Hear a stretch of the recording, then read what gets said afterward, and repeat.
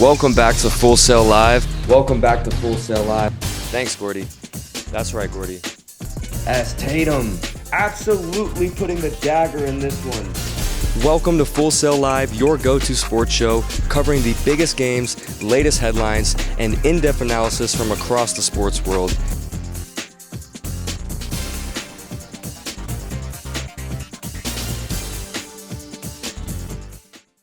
Welcome back to Full Sail Live. I'm your host, John Gregory, and today we welcome back a special guest to the show.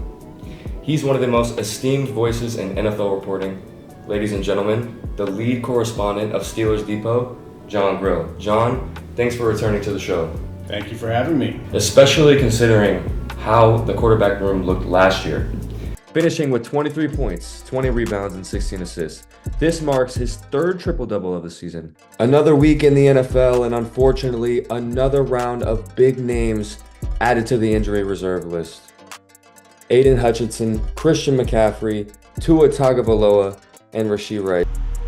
Now, setting up Skycam at games is a complex process. The system involves anchoring cables to strategic points around the stadium, such as the four corners of the field.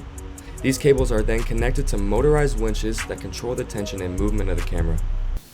During the Memphis Grizzlies exit interviews, the Grizzlies general manager gave brief insight as to when the superstar would return. The National Transportation Safety Board is still investigating what caused the crash, but it is now believed that poor visibility may have played a role.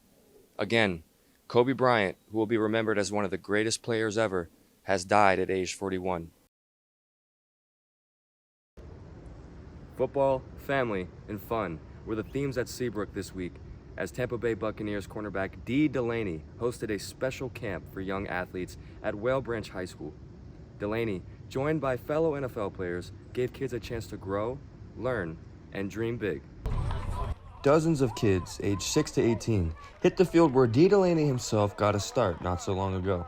Growing up in the remote town of Gardens Corner, Delaney didn't have access to football camps. Now, the Buccaneers cornerback is using his platform to inspire the next generation, providing young athletes with professional-level guidance and showing them that dreams can be achieved with hard work and determination. Pretty much anything in life is going to be hard, but if it's worth it, you'll give all your effort to complete that job. So I just want to have them to help them understand that hard work is the key, and it's not going to be no easy road out here.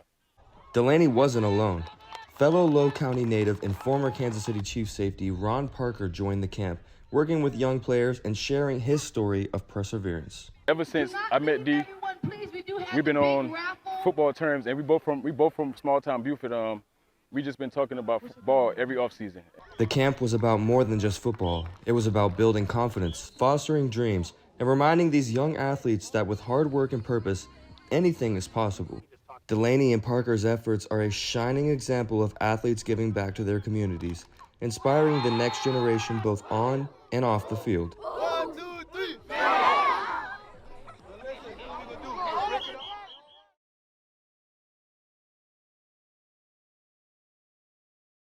Welcome to Full Sail Live, your go-to sports show covering the biggest games, latest headlines, and in-depth analysis from across the sports world.